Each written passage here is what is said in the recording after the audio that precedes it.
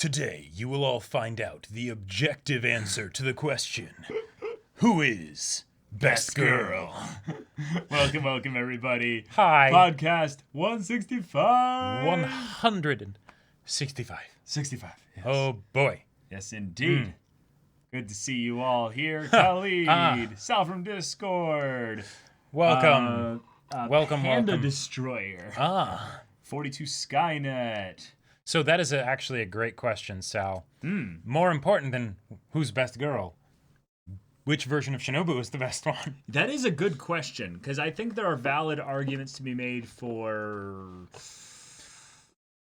Most of them, really. Well, maybe most of them. The only one that I wasn't as much of a fan of was the second version from Kizu, but at the same time, some of my favorite comedy from Kizu came from that version of Shinobu, of just like sleeping and then waking up and being like, "You're regenerative that keeps you at peak state."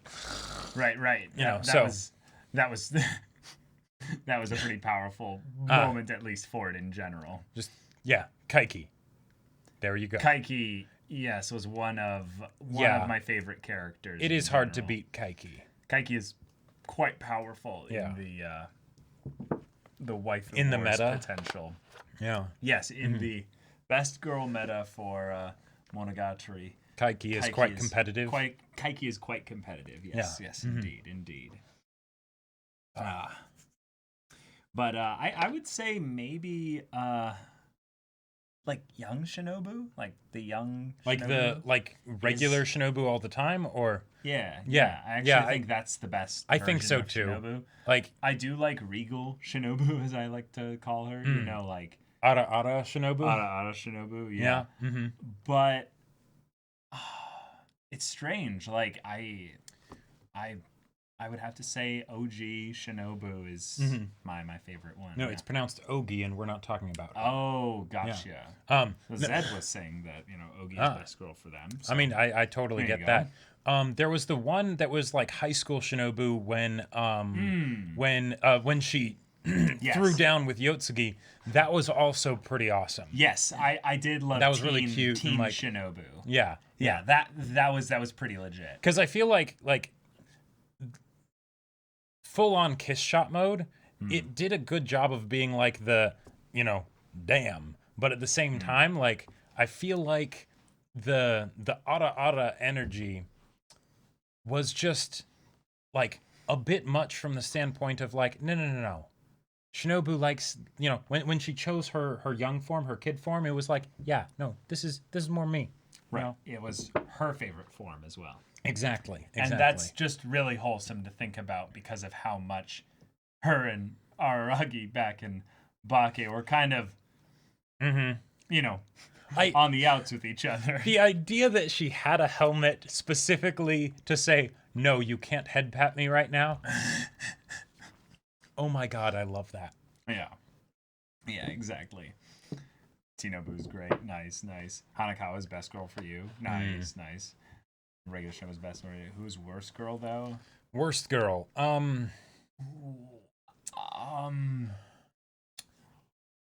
Oh, I got it. Oh, you got a technicality. I can smell it. Yes, it is definitely a technicality. It is definitely a technicality. It's pre-Dusa Nadeko. Like before she had her like super good focus arc and everything, when pretty much all we had from her was her bit in Bake and then the little bits of like her just seeing her in like other parts of the story. Yeah. I don't know. I'd still say she wasn't the worst girl though. But that's a weird thing to say because I don't really feel like there is an equivalent like easy to point at worst girl, but okay, how about Oh, you guys are in agreement with Jacob. Oh, okay. Yeah? Oh, okay. We could do, what if we did... Yeah, no, that's... Trying to think of a worst girl is tough. Okay, Kaganui. There we go. Yeah, as a whole, but she didn't really ever get a focus arc, so that's kind of unfair. Monkey Paw Suruga. Like, actually, because she didn't have the neko neko energy of Hanakawa, in her form. Yeah, I would say that is my cheating answer in general. Okay. Just specifically. I don't know. I don't know if that counts. Oh man. Kagenui? Okay, I see the argument for Kagenui, but no. Kanbaru's one friend in Hana. I mean, oh no, not the girl from Hana. You're The talking friend about the Kanbaru friend had the that- one short scene with. Exactly, because there it's we just go. no screen time, basically. Yeah. Yeah. I don't know. That's a really good question. The my God. Monogatari waifu tier list. Oh my God. I am okay. I'm having hot takes. I'm having a stroke right now. Araragi backstory girl with its studying in the math. Her mom is worst girl. Oh. Her mom is worst girl. There we go. How much even screen time did we get with her? If any? About like a few minutes. But even then, calling her worst girl, I feel like I think this is a waste doing of her time a in the disservice. discussion side of things, guys. We've got so many best girls to talk about that, like, let's get into that, though. But before we get too far into it, got to give a shout to one of our VIP patrons, Yes. Savvy. It's really good to have you on Discord and stuff, and really happy for all the support that you've given us. And, Yes. it's good Thank to have you you there. It is great to have you. Thank and you very much. Just imagine, again, that everything we are saying here is capitalized. Yes, exactly. In it capped, at least. You're a capital person. Indeed. Indeed. Dude, come on. She died. Yeah, I know. That's where I was like, okay, yeah, yeah, no. Find what you're looking for amongst the dead. Yeah. She's so worst girl that she vanished without being noticed. Ooh. One of the things, though, that... Cuts deep. Yeah. Cut me deep, Shrek. Cut me real deep just now. But, because we're doing this podcast, right? Monogatari, as far as our reactions go, one, they lasted a long time. It was 2 years, right? 2 years, guys. 2 years. Like, think about that. That's insane. But also, there were a lot of things that, we missed or got wrong or things like that didn't get over the course of the series. And some of them were things that were able to be corrected and stuff because it had a direct impact on, the enjoyment of the show and things like that. Right. But since Monogatari is so layered and everything, if there is anything that you guys were wanting to be like, oh man, I want to point this out to them. I've wanted to share this with them for so long. Yeah, that's like on rewatch for the 5th time, I noticed this extra thing. Or even just a thing of where it's like, I can't believe you guys didn't get this. Right. Anything like that, that's going to be a huge segment of this podcast here, where we're having a full-on, like, discussion with you guys regarding, like, what's some things that we can talk about regarding the series as a whole thus far, and just kind of go into them and stuff. So, yeah. As of right now, go ham. Like, actually, like, just go for it. And then we might even, like, pull up some of the episode stuff so that, you guys won't be seeing or hearing any of it here, but so that we can, like, go back and for reference. Yeah, look at it. Yeah. Oh, first big comment here is really good. Sarishtar. Well, you did miss basically the entire meta-narrative layer, and you can't really follow Koyomi's mental journey, especially in Nisei and second season, without figuring out that Karen is his human self, Tsukihi his monster self, Hachakuji his inner child, Kaiki his future self, and Shinobu and Yotsuki the fake, and the real demon, respectively. So I'm wondering if you've done any digging post-reaction in this regard. Oh, the quote, I can't believe you guys didn't get this. Don't know if you want to open those floodgates. Well, to be honest, like, I've, like, constantly wanted that to be a thing that was brought up and stuff, but, like, we never really got, like, that much of, like, here's the breakdown of how you guys missed this thing here. Because I think what happened is there was a caught in the middle position where people are like, well, I don't want to alter their experience. I don't want to spoil them. And also, like, I don't know what's the best way to bring it up. But, yeah, I am wanting to open the floodgates. Like, actually, yes. So, Sarishtar, the idea of a meta-narrative layer that goes into how everything can be taken in a in a way that shows how it is all a reflection of sorts on Araragi. That is something that I think I was wondering how much of that was supposed to be intentional versus a layer that's just there and available to be right. Because gotten there. We got the layer that this is Araragi also telling the story, so he's going to tell it the way that he decides to tell it, and I'm curious what the read-ins on Tsukiji being the monster self is, because I would have imagined Tsukiji to be more of the balanced self, even although she does have her monstrous parts. But yeah, you saw the Sal from Discord cool fact bit, didn't you? I did. Yeah, I think that's the coolest. The idea that is really cool. Senjo asks about Shinobu. Araragi tells her to ignore Shinobu because she's nothing, and then the entire rest of the series they just don't interact at all ever. That does kind of blow my mind, but it makes perfect sense in that.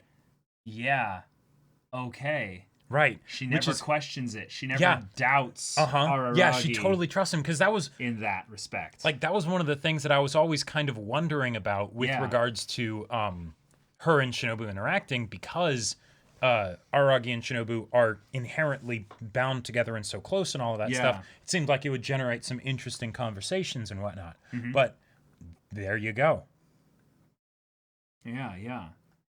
But it's one of those things where a show like this is meant to be rewatched, meant to be gone over a second, third, fourth time, and see what new things you get out of it.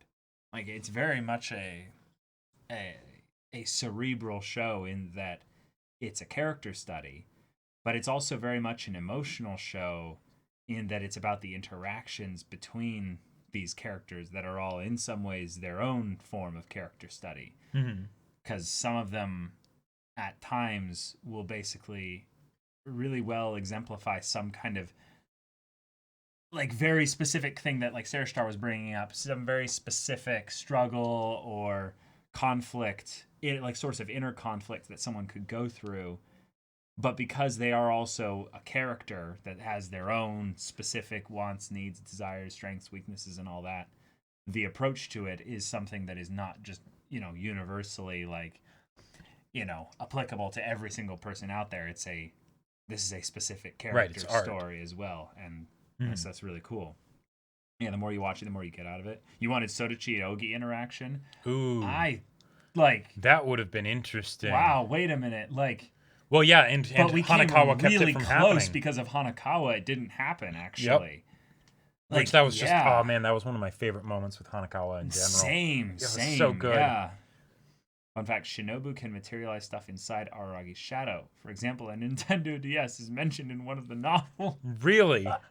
Because we see inside, her little shadow world within there, that she has a ton of stuff, but my god, because I can't remember if this was brought up, but in Kizu in particular, it's mentioned that one of the other things vampires can do is they can create matter, and that's how Dramaturgy had his swords and things like that. Gotcha. And that's how all the different blades are made and whatnot, and the clothes and stuff. So okay. Yeah.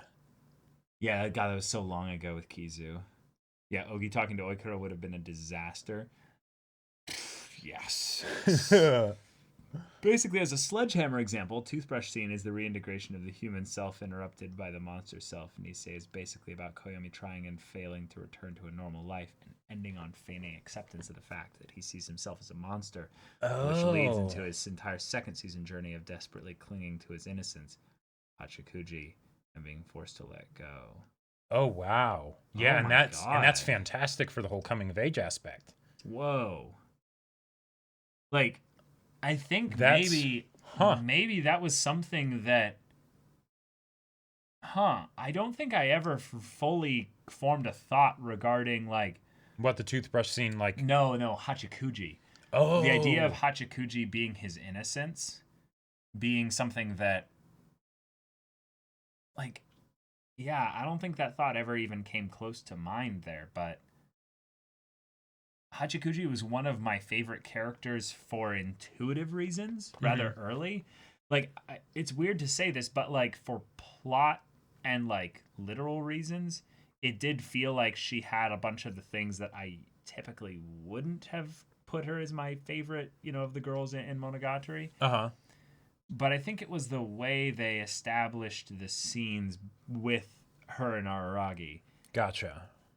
And maybe it was also just how rare she interacted with anyone else other than Araragi, because she was, sure. well, dead, Right. ghost and stuff. So maybe it's also something where, because like, even though Hanekawa was technically like the first of the girls like introduced, even though I think the show opens with Senjo falling, or no, it opens with, I can't remember, or it opens with the panty shot for Hanekawa. But point is that I think it opens with Hanekawa first. Right, but Senjo has the first arc, and we know that like there's probably going to be some focus that Hanekawa gets in the story and things like that at some point.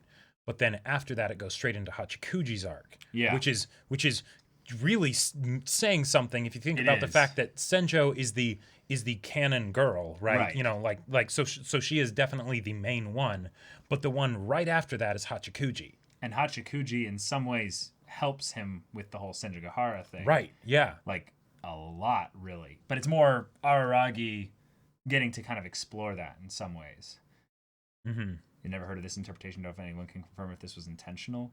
I think that it has a very high likelihood of being intentional, but I think maybe one of the other things that's maybe important to not get bogged down in necessarily is to get into whether or not 100% of it is intentional. Right, yeah. Like I know people have very different opinions on this, but I'm very much the sort of death of the author kind of take, where it's the art is created, it's put out there, and then people can speculate on it, people can think about it and get all this extra meaning out of it, but that generally, whether or not it was truly intentional, like consciously for a certain thing to be in there or not, can end up, I feel like, taking away from the good stuff that can be gotten from the wonder. Yeah. Well, Hachikuji's first arc is basically realizing the death of the child and not letting go, regardless, on every layer, with how he goes off to talk to her after he's scared into a relationship with Hitagi.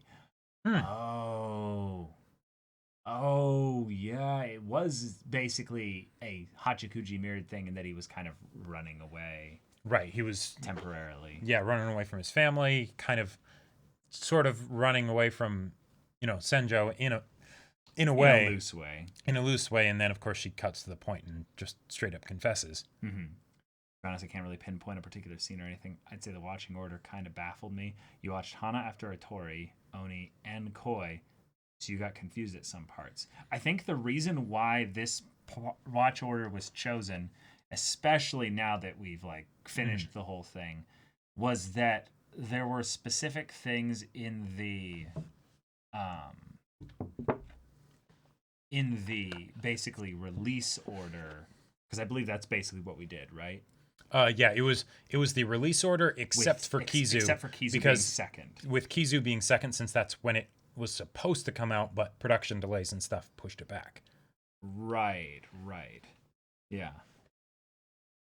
I love how at the very beginning of the show, you, especially Caleb, were kind of lukewarm about Araragi and the style of the show as a whole, but as you progressed through the series, Araragi became one of your favorite protagonists, which was very nice to see.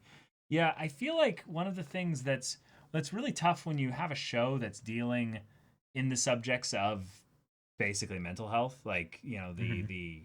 the growth of a character going towards adolescence, not going towards adolescence, going from adolescence toward adulthood.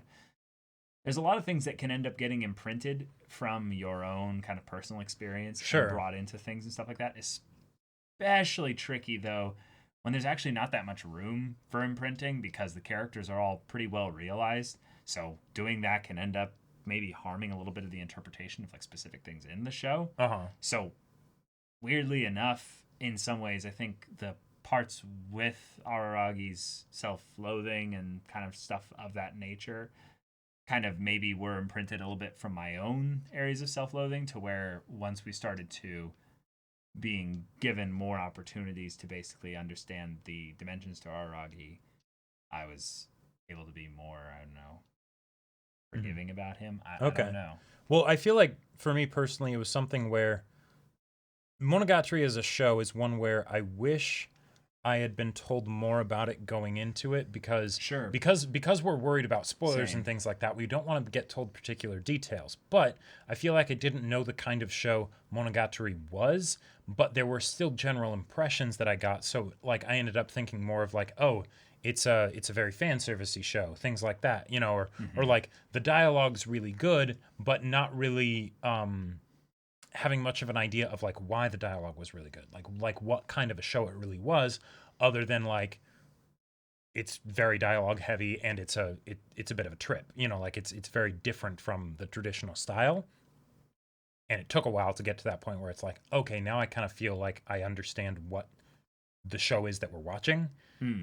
But you know, along the way to get there, a lot of things were missed or misinterpreted. Gotcha. It's absolutely intentional. There's many hints to quell your doubts. You just need to rewatch obsessively. Okay. Like half the reason people were upset at your Koyomi Monogatari reactions is that you didn't dig into how every episode was about an aspect of Ogi and the featured girl. Ogi. Oh. Was that because of the connection between Araragi and Ogi? And then I actually want some extrapolation on that. Yeah. Go into that a because, bit more. Yeah. Because Koyomi Monogatari is probably one of the parts that admittedly I don't remember that much of. Mhm. Like it doesn't flash really well into memory. And this could actually be something that's rather interesting about longer shows in general for us in doing reactions and stuff. Is I think Monogatari needed a companion notes thing specifically for the show itself, because we're watching another show right now, Legend of the Galactic Heroes, that has so many characters, and it's an absurd number to the point where I'm not really sure it's capable of being really watched through and getting the full kind of enjoyment out of without you taking notes in general. But I think Monogatari for me could have used that, because then I would have been able to keep a lot more things just generally present in my mind. Because even with the limited notes that we did take, there's just things in general that I wasn't thinking about because I didn't have them in memory during the time when I was watching that stuff. Yeah, I feel like Monogatari is one where, because so much of the things that are gotten at in the series are through indirections, like layers of indirection. Yeah. It really is something where it can be tough to theorize about, because you have to read into things that aren't being pointed at like directly, and then it's the what actually is like holds water with the characters and everything. This is my own take. You know how Oshino, besides Araragi and Kishot, he never calls anyone by name, but by nickname. I feel that this was his way to keep people at arm's length and not get attached to them, as he knew he wouldn't be able to stay in town long. That could have also been another way to let Araragi know, because someone he considered a friend, that his presence there shouldn't be taken for granted. Gotcha. Okay. That's a fun one. Yeah.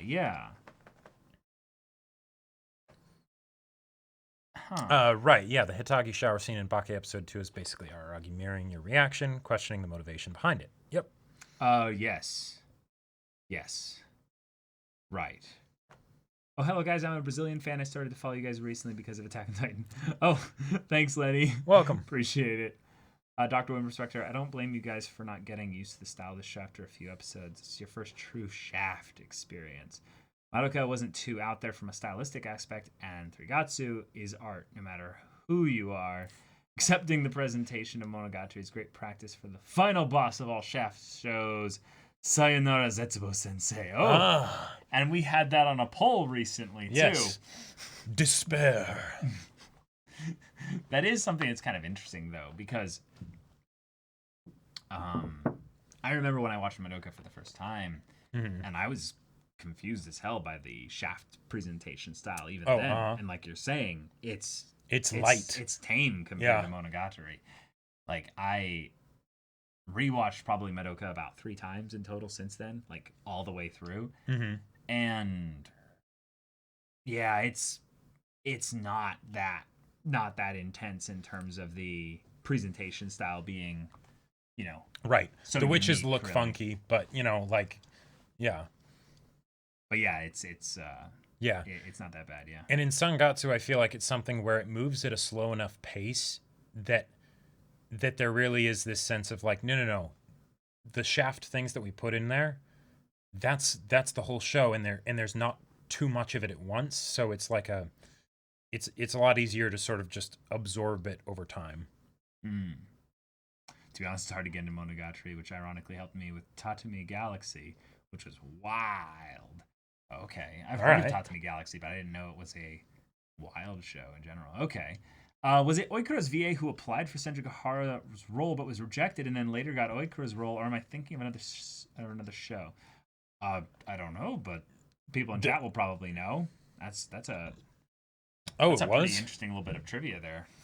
That is very cool. Yeah. Yeah.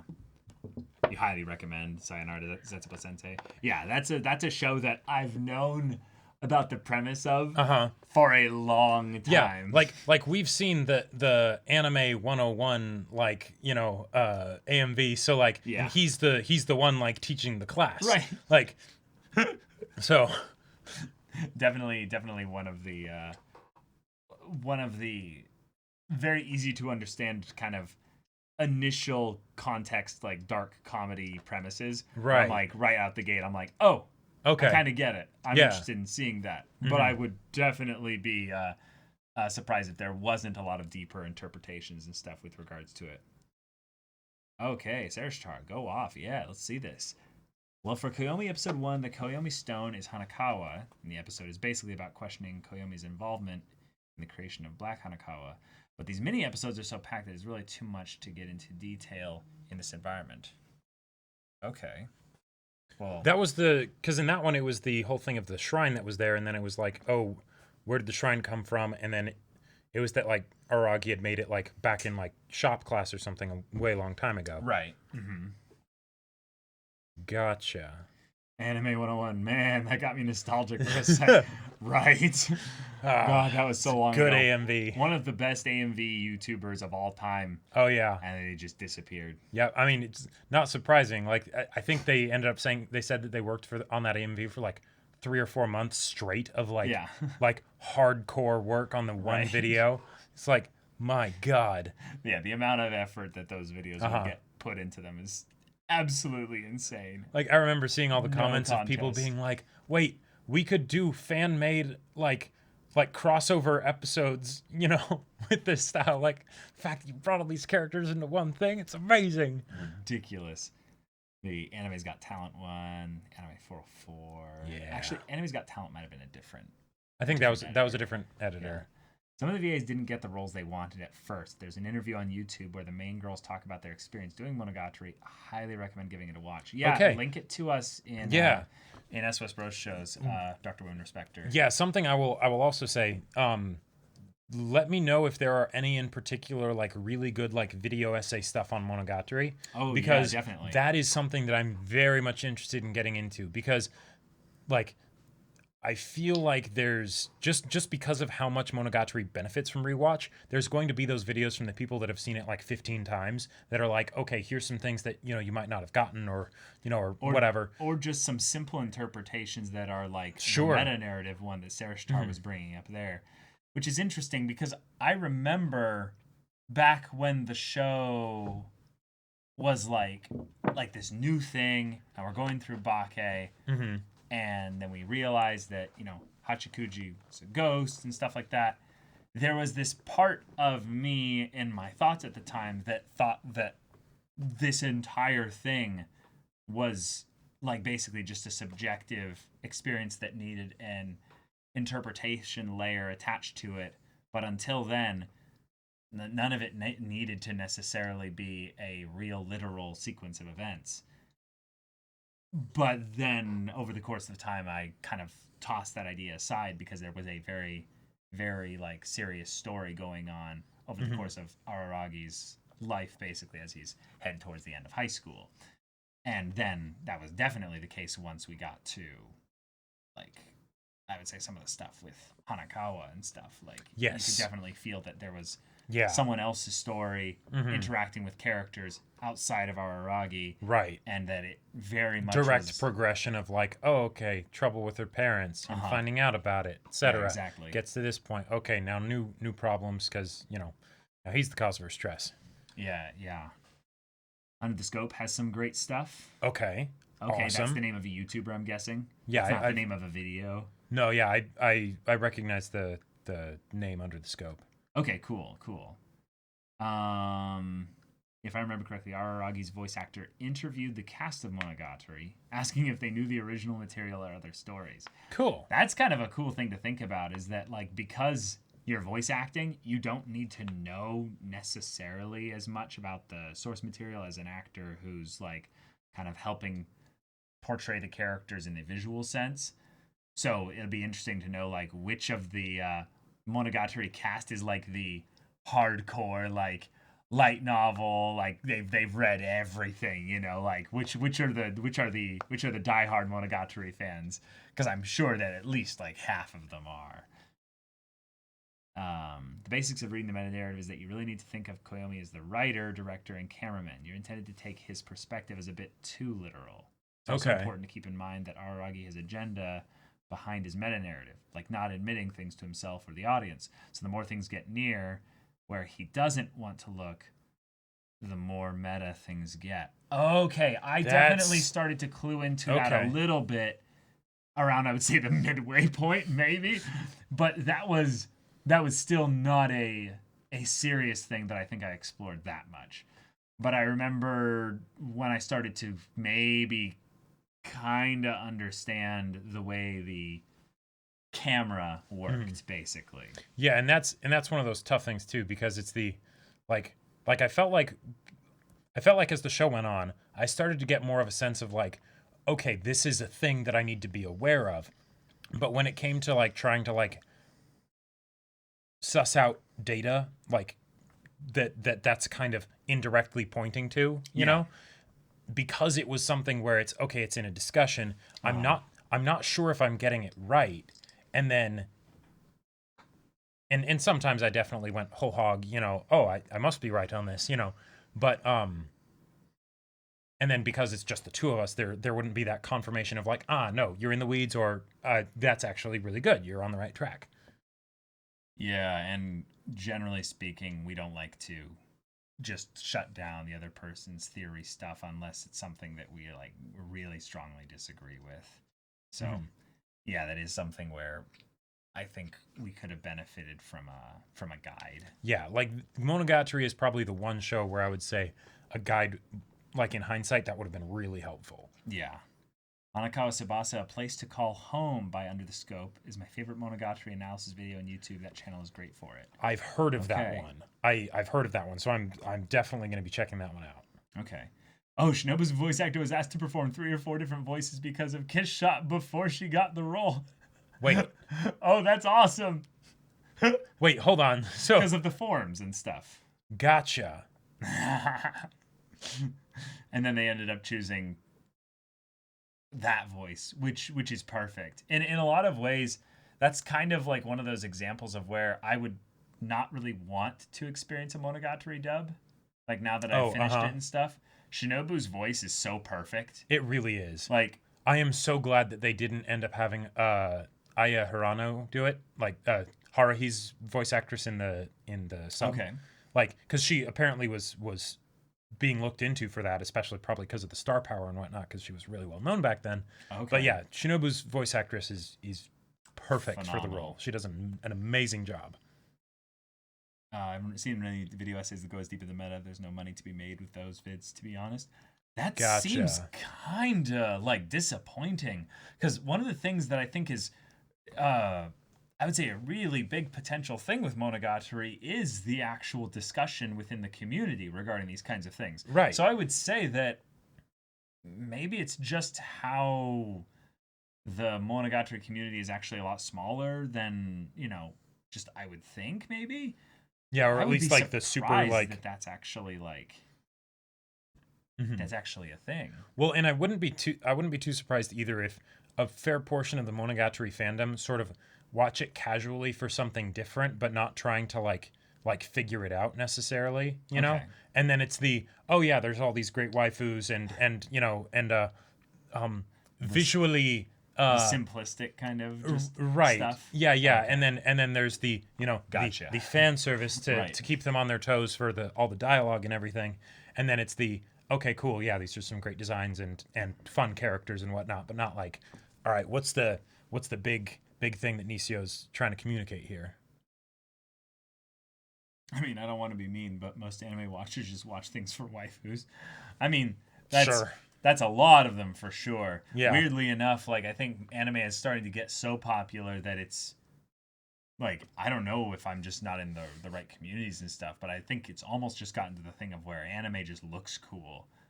Like honestly, Yeah. that's where Monogatari might actually be still a thing that could get a big like, you know, insurgence basically of popularity just in general, you know, community discussions, stuff like that. If these people that are coming into anime and this big boom of more people wanting to get into it and stuff, that when they eventually get around to watching Monogatari, some of them could become, you know, the equivalent of, you know, analysis YouTubers or something like that. And then we could get, you know, more appreciation for the show as a whole. But oh yeah, like yeah, there were a couple points over the course of the show where like something in particular would just blow me away at like how it was done or whatever, and I would be like, okay, I feel like this warrants like trying to see if I can actually do an essay video or something on it because this is really keeping me up at night.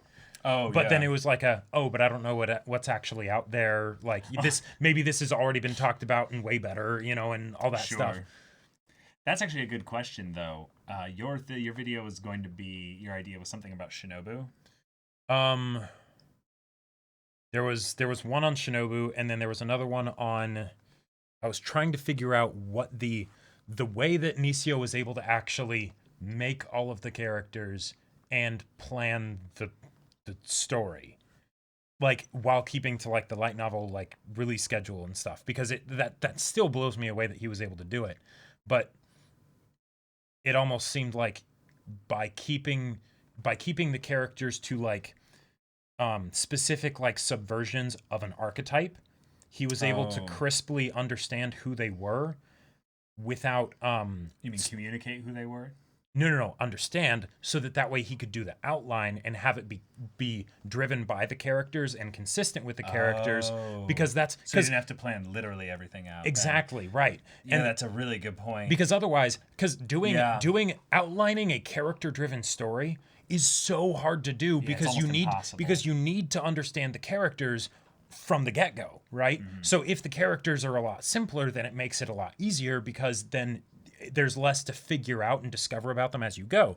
But since the Monogatari characters are not simple, at the very least, certainly not on the surface, right? I was like, how was that done? And then I had this notion of, what if it was all something where pretty much every character is a familiar archetype, so that way that's how they can be sort of presented at first, so that the audience is like, oh, I kind of recognize this, and then we're going to throw that spin on it. Them, yeah. Right. So like with Hanakawa, she's the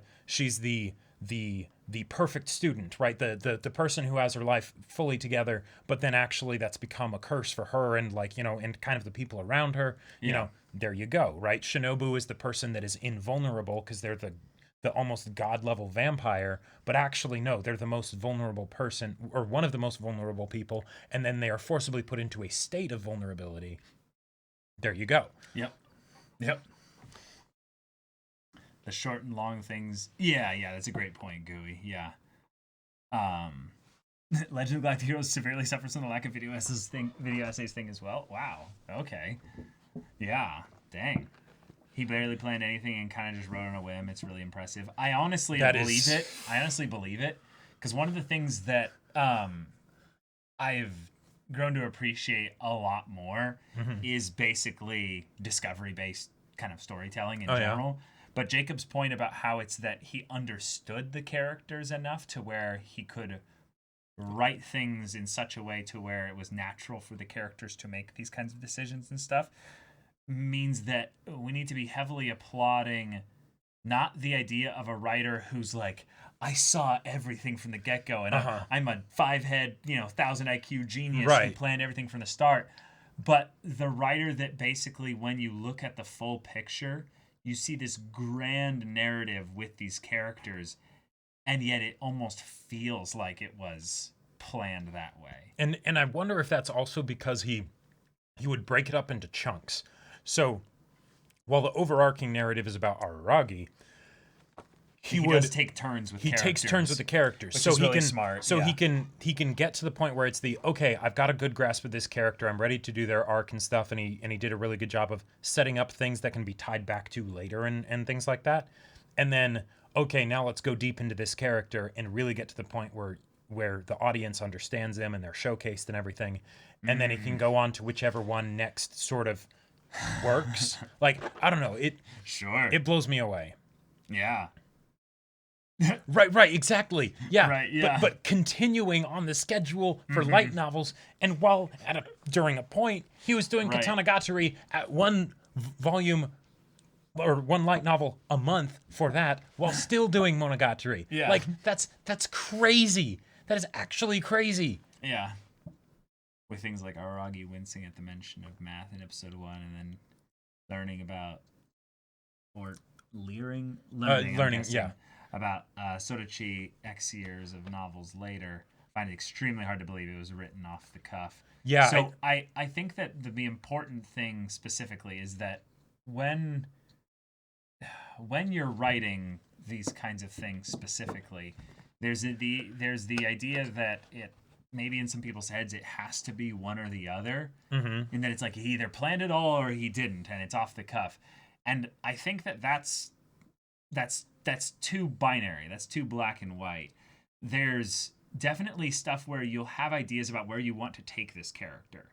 Like when you're writing a character specifically, you're thinking, okay, not only do I have an idea of where I want this character to go, I have a kind of idea of where I'd like this character's story to kind of resolve, and thus have that full loop there. But just because you've written the loop, you don't know how that loop is going to interact necessarily with other characters. That's where I would say the genius writing comes in, is being able to handle all these characters and weave their narratives together in a way that you can actually make it feel like really impactful and thematically relevant. Hence why we were saying that it's probably a really genius, efficient move for him to basically do the let's focus on batches of characters at given specific times, and then have references and stuff to the fact that this is a larger world with other character stories going on concurrently. Yeah, I'm right there with you, Ian Gamber. So I see a lot of similarities with Oda structuring the stories in chunks with each arc. Oda focuses on a straw hat every arc for the most part and builds things around it, each and every arc expanding the world and the characters more and more. Yeah, like, and I feel like it's that kind of improvisational, like, work. It doesn't make it less, like, skilled or something no, like in that. fact, I would say it's harder. I would say it makes it more so, right? Because one, you can have all the wonderful emergent things that wouldn't necessarily happen in a carefully measured, like, all that stuff kind of situation. But in order to do that, and especially like in that kind of time frame, that means you need to have it down. Like you need to fully live it and breathe it and know it, so that way when it's all right, I have to do another light novel or another chapter of manga or whatever, it's just okay, let's do it. Let's press the button and see what comes out. Yeah, exactly. The character's adherence to archetypes is really driven by Koyomi's perspective, which goes along with him assigning roles to play to himself and others, which he acknowledges in Hana, which often clashes with who they actually are, like how he comes to rely on Hachikuji for guidance, despite how he really wants to see her as a kid and treat her dismissively in the same way he treats his own innocence with derision. Gotcha. Sure. Yeah, I feel like that's one of the reasons maybe, and I'm really curious to see what your guys' thoughts are, especially if you were watching Monogatari as it came out, because the biggest thing that I would hear about from Monogatari was around 2016. It was oh, we're getting another Ava movie, and then we're also getting Kizu 3. What a great year to Oh. be an anime fan, right? Yeah. And it was one of these things Yeah, of I like, remember that. okay, I'm familiar with the idea that Monogatari is out there. It's a show. It's, whatever, right? But now having seen it, especially since we were able to watch all 3 Kizu films Back to back. back at Yep. the very beginning, basically, Yeah. I am really curious what it was like Mm-hmm. to have this series where you don't actually see the resolution. Because, like, the resolution for Kizu is one of my favorite, like, well, no, it's Like arc resolutions. arc resolutions for sure, but it's probably my favorite prequel resolution tie-in to like the main story that anything that I can think of. Wow, because yeah. because oftentimes I feel like you'll get into a situation where the prequel either feels tacked on and unnecessary, or it's that it's really good, but then you have to remember that it's a prequel, so it can't. There are certain things that it can't do, Okay. Whereas like Kizu felt. And this might just be because I went back and read the novel for it, and I think that definitely helped. Yeah. But Okay. like even when I think about the different parts in Monogatari, probably one of the reasons that Kizu is easiest for me to say like this is my favorite part is because it's the most self-contained, Like it's not as inherently tied to the other arcs and things like that, because it's kind of the start of Araragi's journey in the story, even if there's stuff canonically that happens beforehand. And like it's just I don't know, it's just the 3-act structure, with the movies, and then even within like the second movie, and just the way it just ties everything together and is this completely contained story that I could totally see someone watching on their own time and loving it, not having seen the series. And yet at the same time it's also the prequel setup to everything that happens later. Okay. Like yeah. Yeah, I feel like maybe one of the things that allows it to kind of feel like that compared to the other arcs for you, though, is because it feels like the beginning, even though it's not. There's stuff with Sodachi and everything like that happened in the beginning stuff there. But I feel like that was kind of the way I felt about, like, Koi Monogatari in some ways. Oh, like, yeah, Koi's fantastic. Because it was basically Senjo and Kaiki the whole time. Sure. Like, yeah. Like, in some ways, it felt the most adjacent to a lot of the other arcs, in that it was, here's some really, really interesting, important context to some stuff that was going on also with Nadeko at the time. Yeah. Yeah, and the characters in that arc don't generally have too much screen time in the rest of the show, I feel like. In the rest of the show, like, yeah. Because, Senjo has her moments with literally Araragi that are Nisei wonderful. when we got those two. Right. And then Kaiki, he just isn't around very often, But then we just got them in this nice package there. Yeah, okay. Shinobu must have been such a mystery. Like, oh my god. Definitely. Like the fact, like, okay, yeah, kiss shot, cool. But why is she in this form there? Like, not knowing that that's how it goes and that's how it ends. Like, oh man, that would have driven me crazy. It's like Nisio-Isin wrote Kizu in the basement. Wrote Kizu, put in the basement, and then published after he released Bake. I wouldn't have been surprised. I mean, like, in some ways, like, that's probably the thing that if we had to look at maybe some of the stuff that was kind of just generally planned out, I think the incident that, kind of transforms Araragi in some ways had to be something that he wrote in broad strokes pretty early. It's the idea of Araragi, becoming part vampire, something like that. But I don't know. Oh yeah, Sal. So that is one of the big scenes that I wonder about with regards to not knowing about Kizu, and probably because it's canonically it's the first interaction we get with Shinobu after Kizu, where she's actually like talking and stuff. But the bath scene in Nisei, like having that and having them be reconciling the hurt and the pain and what happened back then without actually knowing in detail what happened, like, oh man. Yeah. I want to point out that Nisio is a huge troll, and whenever people reference something from an afterword of his out of context, you should take it with an ocean of salt. Like, if people say he called Nisei something he just wrote for fun and neglect to mention that every movies afterwards claims that it's the last novel, despite obviously always setting up future novels. Gotcha. That is interesting though, because then we're selectively choosing death of the author, right? Like it's like, so if he's trolling, it's like, yes, like I totally am with you and stuff. But like a troll will never fully admit that they're trolling, right? Oh, of course not. Yeah, just like how in Monogatari people don't usually like, open up about what they're really thinking. Well, that's just people in general. Right. Yeah. Interesting though. I need to read The Forgetful Detective by him. I plan on getting around to it once I finish all the currently translated Zaragato light novels. Okay. I think I've heard of that before. Did we get something in the mail at some point that was like that? Forgetful Detective? That sounds familiar. I want to say sure. there was something like it. It's not related, but I really want to hear your guys' takes about our deaths. Thought about our deaths equal stakes. So could you break down a little bit of what that means? And like, are you talking specifically in like Monogatari or in stories in general, or? Yeah. I'm a little bit curious as to like what you mean by that, because one, I'm not really following the way it's written out in general, but I want to know basically also if this is something that's tied specifically to Monogatari. Wait. We all had to read an awful fan translation of the Kizu novel when the anime jumped from Bake to Nisei. It wasn't pretty. Oh, boy. Oh, shoot. Oh, that sounds... Oh, God. I love how we both adjusted in our seat just thinking about that. Like... Oh, man. Oh, that made my back pain, like, no, same. Up. Like, same. Like, I was like, oh, my God.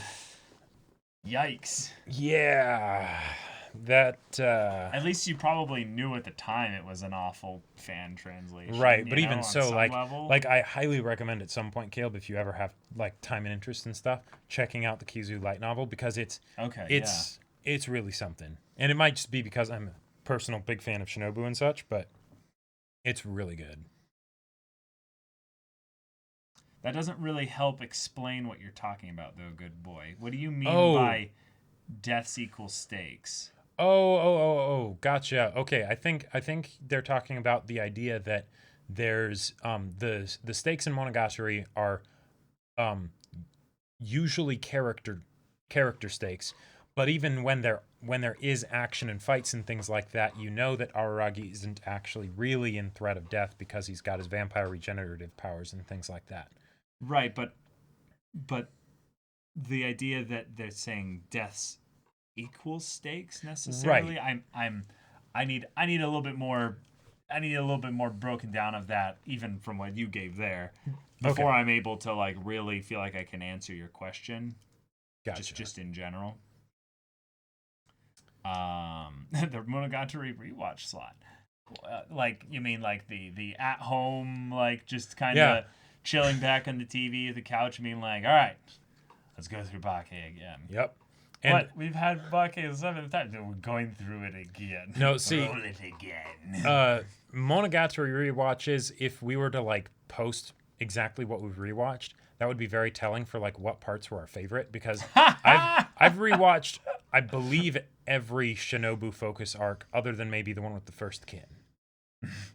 But like reactions, boys, reactions.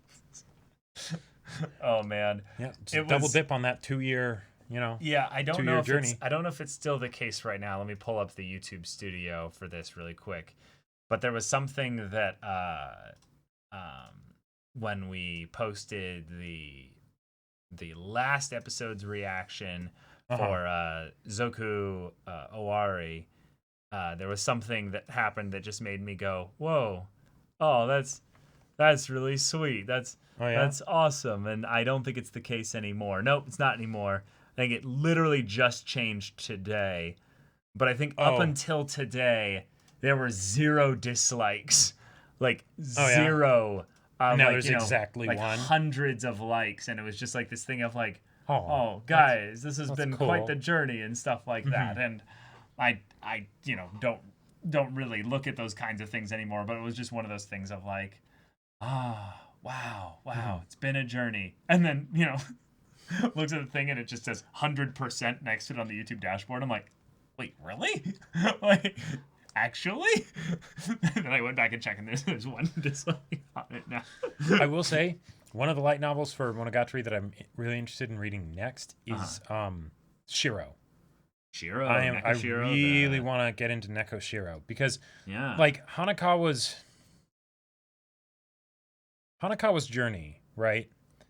That was the one that I feel like was the most immediately obvious that it was coming, right? Well, she was the first. Because she was the first character, like, you know, we're like introduced and things like that, and there was clearly a lot of like history there, and you know, and things like that. And then at the end of Bake, we get an arc on her, but it was kind of like it wasn't the full thing. But it wasn't the full thing. It was like an introduction of things, but then also talking about that, you know, what about Golden Week and things like that? And it's like, okay. And when that was resolved, when it ended, and like, and everything leading up to it, like, because I think that was the first time in Monogatari where we got an arc that really didn't have Araragi in it much at all, right? Because I don't think that had happened before then. He kind of shows up at the very. He just shows up at the very end, right? With the sword. Yeah, and Shinobu. And like all the stuff leading up to it was so good, and then you know, Aishiteru, you know, and then sorry, you know, I don't like you that way, Hanakawa, you know, and then the black and white hair, like, yeah, gotcha. Oh, Neko Shiro is your favorite novel? Oh, sweet. Oh, okay, cool. Okay. Cool. That's actually a good question. If you guys could have me read 3 of the light novels first, which ones would you guys in chat recommend? Like, specifically? Oh, yeah. I can only imagine Koi must be amazing. Koi definitely would be one of the ones that I would want to check out, but that's because the arc in the anime is probably one of my favorite arcs. Now, how about Oni? Because that's Hachikuji's first leaving. I don't know. Yeah, because and in that one, it kind of tricks you, making you think it's about Shinobu until the very end. Yeah, I don't think as an arc that's necessarily like one of my favorites. But yeah, okay, yeah, I get that. The change in perspective of Shiro is incredible. Something that I did not expect. Yeah. Read all of them in order. There you go, Gooey. Exactly. So then we would just start with Bake and work our way up. Yeah. Also, Kabuki is wonderful, and I know that's just another Shinobu arc and everything, but will you please pat my head? Like that. Yeah. Oh man. That was good.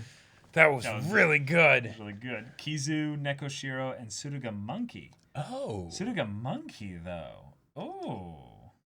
All right. Wait, Tsuruga Monkey. That's the first one. Tsuruga. Yeah, that's Bake Tsuruga. That's really good. I actually really wonder about that arc specifically. In how much is it really foreshadowing? Because it could have been foreshadowing almost everything. Like think about it, right? Like, think about what is going on with Tsuruga at the time there, right? And Tsuruga as a character is dealing with basically like, well, unrequited love. Yes, but like a demon within an alternate, kind of version of themselves that they don't really have in balance, if you will. And yet at the same time, that happens for several of the characters. Like that happens for Hanakawa. But it's not the same necessarily. Okay. It's not the same. And it is the one where there's the direct connection of the... Yeah. Yeah, Hanakawa's feels a little bit more like a... like just another side of her, not another entity? Yeah, exactly. Yeah, Hanakawa's feels more like a classic case of basically like a multiple personality disorder or some kind of schizophrenia or something like that. But yeah. 42 Skynet. Which scene from the entire series would you show to someone who has no idea about Monogatari to get them hooked? I mean, there are so many that I want to say for this, but I can't I can't not say this one. Oh, okay. It'd be the toothbrush scene. No, Well, I feel like it would actually be the Araragi in the baseball shed, in the gym locker room thing in Kizu. That scene, even though yes, it has the whole bit with Hanakawa and the, will you let me touch them and all that stuff. Right. That conflict like is so good. Yeah, I think if I had to choose one, Skynet, there's a lot of monologues in Monogatari. Like Kaiki's or Nadeko's. Yeah. Yeah, I think there's a lot of monologues specifically that translate beyond the story and talk about the human condition in some really powerful ways. And because of how good the voice acting is, how good a lot of kind of I would say almost the directing with how they put in like little bits of images to set the mood as to what's going on as well. I think I could take any one of those like 7 monologues in general and just drop them into, someone's lap and go, hey, this is a show you should check out. Here's an example of something really cool here. I think a lot of people would like really jump onto that stuff, rather quickly from some of those monologues. And then it keeps the story stuff at bay because it's more talking about something that's a human emotional struggle rather than I'm about to go do this. Or I am doing this. Another one that I feel like would be really good is episode 12 of Bake, the car scene with Senjo and Araragi. Yeah, I feel like that would be a really good one. It's a bit spoilery, and it kind of focuses more on the romance angles rather than the general oddity angle and whatnot. But I feel like that would be a really good one to get people hooked. Totally. Yeah, I get your saying, Khalid, about foreshadowing versus retroactive continuity. Totally. I mean, that's the theme, though. Oddities are what someone's flaws are. Show as supernatural beings and also being metaphors at the same time. Yeah. For you, Odd Samurai, would be Aragi and Hashiguchi talking about him letting his sisters in the fact he's a vampire at the start of Nisei for me. Oh. Ooh. Really? I don't remember much of that conversation. I'll have to go back and check that one out. Yeah, I vaguely remember that because I have a loose memory of most of the Hachikuji scenes. Oh yeah, because there's not that many of them. Well, there aren't very many, and Nisei, like that was very early on. Like, well, it was like the first scene, right? The first scene. So right after Bake and Kizu. Right. Yeah. Regarding how you wish to know more about the show going in, it would help your discussions, but hurt your first watch, I think.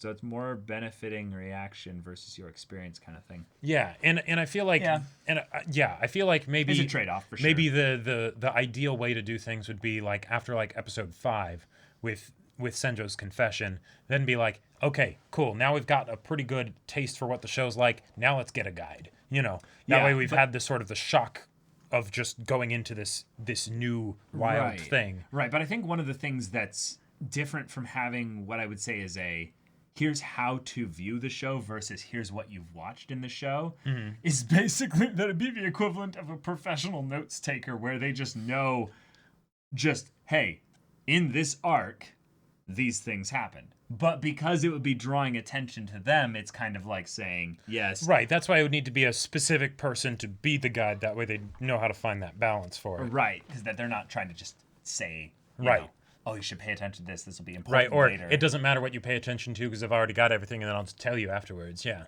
that'd be more fun. Because trying to pick apart everything, that is, like that's the whole, like, that's almost the fun. Well, and that's one of the tenets of the show, too. Like, if it was just knowing what the situation is, a whole lot of the episodes wouldn't even be there. Like, there are whole conversations where it's all about the figuring out of what's going on, right? The discovery, right? And that's why they go so long and go so in depth into it, is because the characters don't figure it out immediately, right? It takes time for not just the audience to clue into what's going on, but for the character to get to the point where they understand. Oh, that's a cool idea, Sal. Yeah. I'll check that out for sure.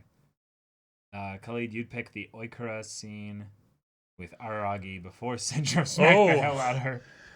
That would be that would be something. That would be a very good scene in general because it is very tense. Oh yeah, and very, very tense. Oikura, like in her whole like place in the story, is one of those ones that I absolutely love, and at the same time, it's so completely different than the norm for Monogatari because it's the it's the what if we do the basic oddity thing, but there is no oddity, right? It's all just crazy things that happen in their life, and it's like, it's heavy. Yep. Yeah. Okay. Yeah. Then Sal. Yeah. Definitely pass that one along through Discord. Oh yeah. That one sounds awesome. Ooh. Like thinking about like also recommending this show to people, it is one where I don't think I have anyone that I know like personally outside of the channel and stuff like that would actually really get a whole lot out of Monogatari like immediately.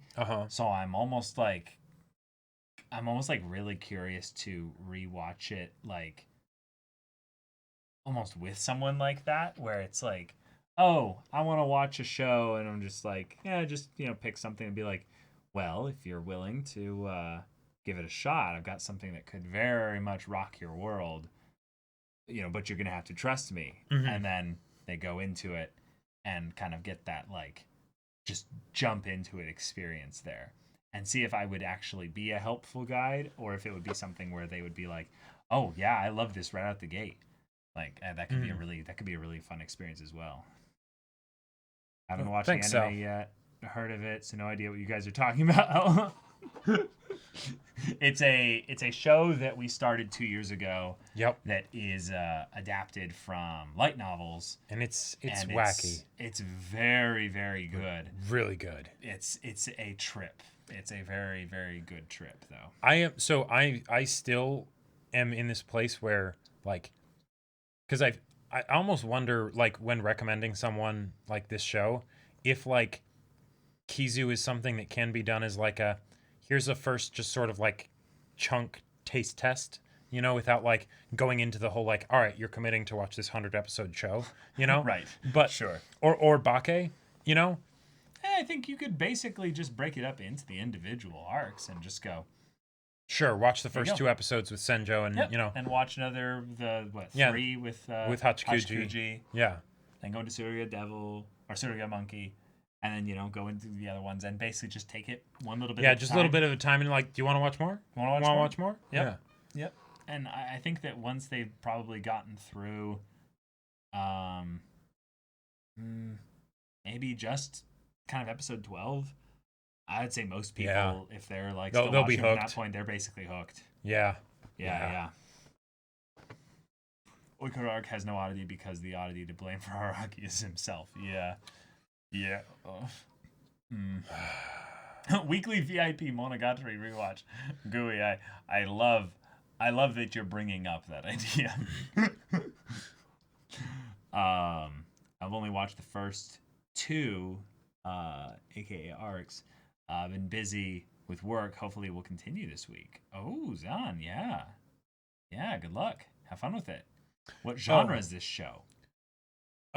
It's drama. I would say it's supernatural drama. Supernatural mystery drama.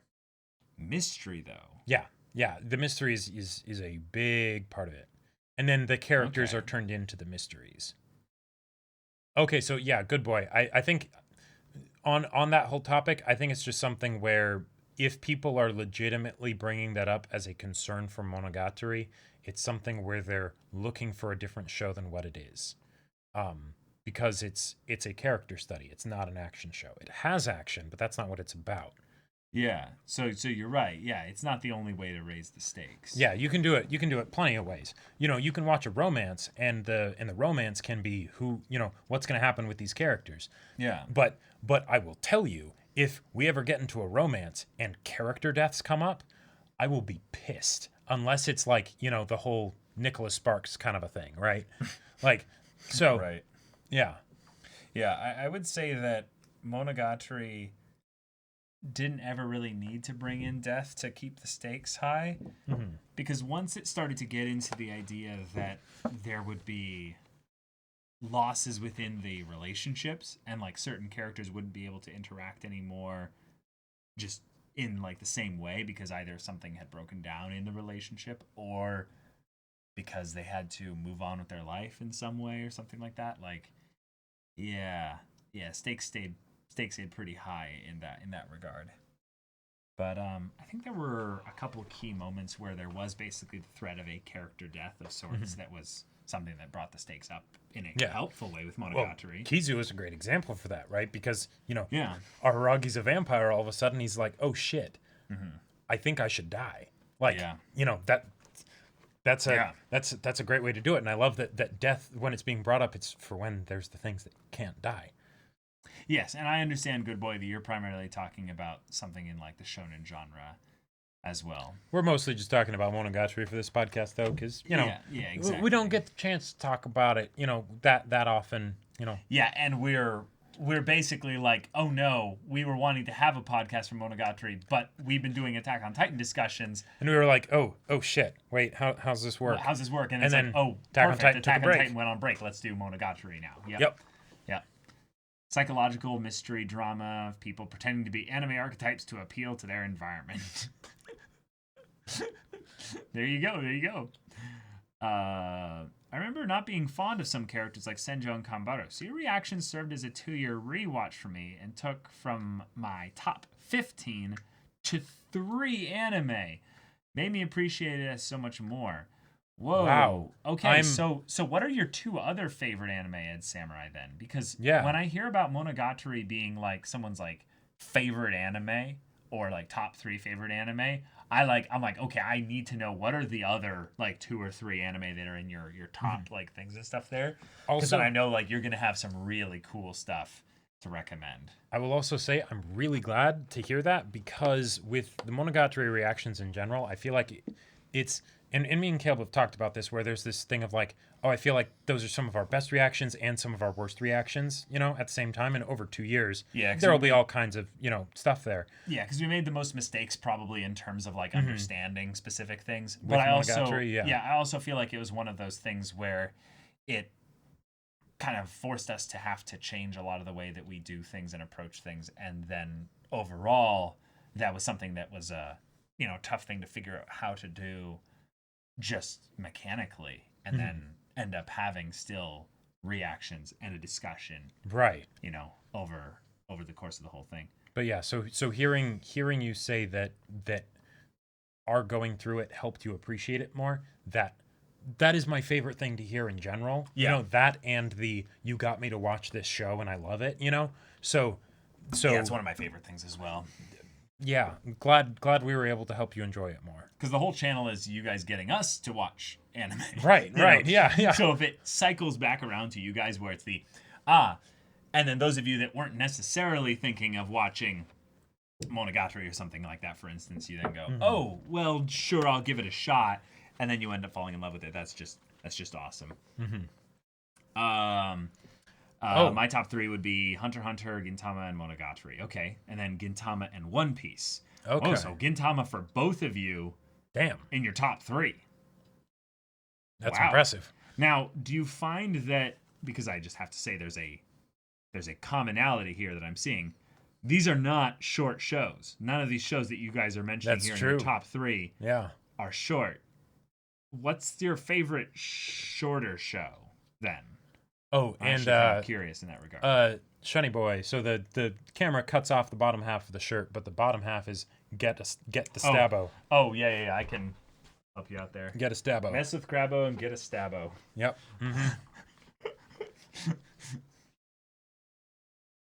42 Skynets. My top 3 currently are Higurashi, then Monster, and then Monogatari. Wow. Ooh, isn't Higurashi getting a remake, or already got a remake? I believe so. Yeah. Okay. Made in Abyss and Promised Neverland. Oh, nice. Nice. Okay, Finks, you too. Awesome. Glad to hear it. It's strange to me, Monogatari is not one of my favorite shows, yet I can remember a lot of scenes, even monologues, better than other shows. I do think that's a testament to how great a show is how memorable it is. Mm-hmm. And one of the things that makes a show generally rewatchable, I would say, is how quality of a show it is as well. Now, there are certain genres, of course, that don't lend itself to that, better or worse. Right, exactly. Particularly, I would say not as rewatchable, especially if it is like entirely a mystery story. Mm-hmm. Because then if the mystery is revealed, you Then- maybe only have one rewatch in it before you're like, Right. okay, Unless you it. really like mystery stories and you want to pick apart how they do the mystery stuff. Yeah. Gotcha. Whereas with Monogatari, I feel like because it's a character study, it's all about the how. So you can kind of delve into that as deep as you want. Right. Top 4, Monogatari, Legend of the Galactic Heroes, Gintama, and Technolize. Technolize is 2 core? We know of that one. Yeah, I believe it's 2 core. Yeah, It's not, an older it's not one. a long one, though. Yeah. Oh, for Sally's Made in Abyss and Promised Neverland? Okay, cool. Both of those are unfinished, though, within the context of anime, though. That's an interesting kind of dichotomy to think about, is that all these longer shows you're bringing up are ones that are not even essentially finished. And apparently Monogatari's also unfinished. Also not even finished. Yeah. So. Even though I am still kind of wondering how that works, because the high school journey is finished, continuing with the characters. But yeah. You need us to react to the audio commentaries and the prophecy will be fulfilled. Okay, sweet. Monogatari is one of the few shows I can spend hours digging into and looking up, only to find myself 6 feet deep, 6 feet deep with how dense its intertwined story is. Yeah, it's complicated. Higarashi's new show is not a remake, but its own story. Oh, okay. Oh, that's telling. Okay. Gotcha. I just love how longer shows in general, as they give me more time to love and know the characters better, since that's my priority in stories. Oh. Yeah, this was something I realized recently with The Mandalorian, was that there are certain stories in kind of the fantasy style of fiction where they're just made to be in a TV show format versus a movie format. Mm-hmm. And then some of them are even more so just made to be in book format than any kind of visual medium in general. Like just the book kind of way of doing it, allowing your imagination to take root a lot more, and then also to experience it at your own pace. But that's good to know. Okay, gotcha. Your favorite shorts in no particular order? Short, quote unquote, Origairu, Vinland Saga, and Steins Gate. Those are all really good. We haven't finished Origairu, but haven't finished Origairu, but oh boy. Oh man, boy. Okay, so no one has informed you. There's 2 more Monogatari seasons in novel form. Okay. And they've been in the works since 2018. Shaft is just really busy, and COVID probably didn't help. Gotcha. Oh, okay. So is that it then? Once I think it just keeps going. Like no. I'm meaning, is there more novels that are going to be written after that? Yes. There's the novel. I know the novels are still being written. So yeah, I'm guessing. I don't know if Shaft will continue to adapt them. I'm guessing they probably will, because Monogatari is an economic beast. But yeah. And, right. And I want your guys' feedback on this, because when it was brought up that Monogatari isn't over, that it continues, I wasn't sure how I felt about that, because it feels like it's ended. You know, in fact, it had a second ending. Yeah, it had a continuation of the ending. And I get that Araragi's he's still going to be alive and going on his journey, and it's not like he's got everything figured out just because, he got his cathartic resolution, right? Right. But I feel like that's and don't get me wrong, I'm happy to spend more time with these characters. I love these characters, right? But I feel like it is kind of over. Like there doesn't need to be anything else, Like it could be left on this, and there would be nothing that would feel like was missed out on. If anything, it's just that, having more is always fun. Yeah, it would almost feel like it's a sequel. Right. Than if we got, Mm-hmm. more after this. And I wouldn't mind if it focused on Araragi, but it would almost feel like it would better serve as like a spin-off with some of the other characters. Sure. Like Karen or Tsukihi or something. Mm-hmm. I don't know. Yeah, seeing how Ogi's, responding to being in the world and everything and all that now. Oh, off season is about characters that aren't Aragi, so I think that works. That Oh, cool. was literally what I All was right. thinking. Was like, okay, but his story kind of had Like finished. a pretty good set of definitive ends. So Yeah, yeah, like having have it him be, cameo for sure, but yeah.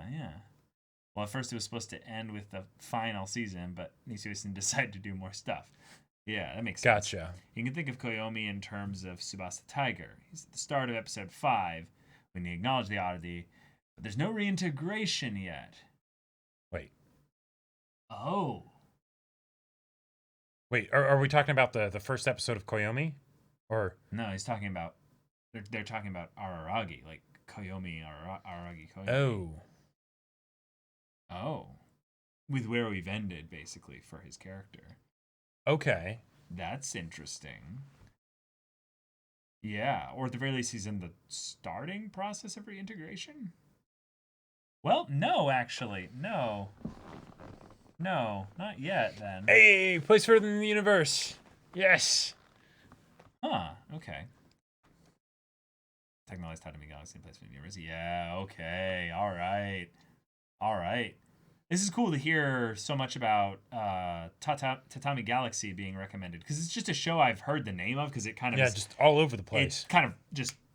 It kind of sparks in the name there. Well, Tatami Galaxy. Well, yeah, and like, it's two completely different things. Like Galaxy makes me think sci-fi, Star Wars, all that stuff. Right. Tatami, a floor mat. Like Right. what? How do those two things? How do those two things Where's mesh? the marriage there? Yeah. Right. It's the same as Hunter x Hunter. Character arcs ended, but there are other characters, so the world's story doesn't need to end. Right, and the characters of Monogatari are definitely good enough that why stop? Yeah, continue with them. Yeah, I definitely want. Mm-hmm.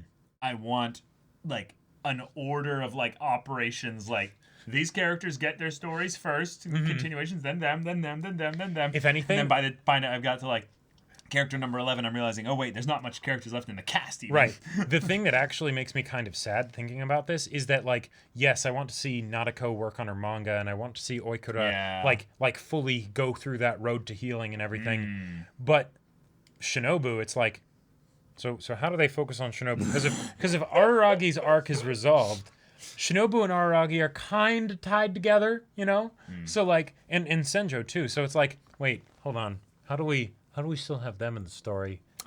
Sure. If the character the anchor character that they're connected to, their story's kind of done. Huh. Oh, let's just say rewatching will reveal why Koyomi's story isn't over. That Owari Monogatari was named that because that's where he wanted to end his story. But then it didn't. Okay.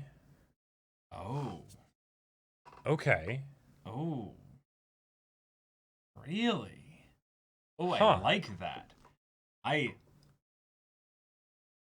really like that then. Oh, cool. Then So, yeah, I know a couple arcs that I'm going to particularly react to out of order then when I go back to rewatch the series as a whole. Oh yeah. Yeah.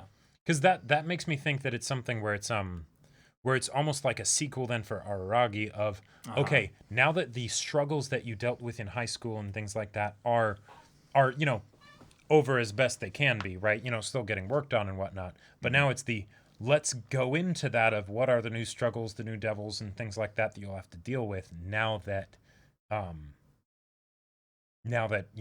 that's done.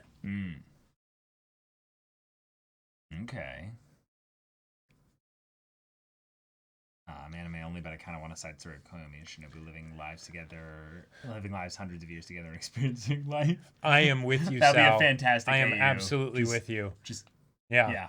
Like, what was it? I think there was like a sort of sarcastic line from Shinobu of like, no, I don't need to compete with like the other girls or whatever because I'll outlast them anyways, or something like that.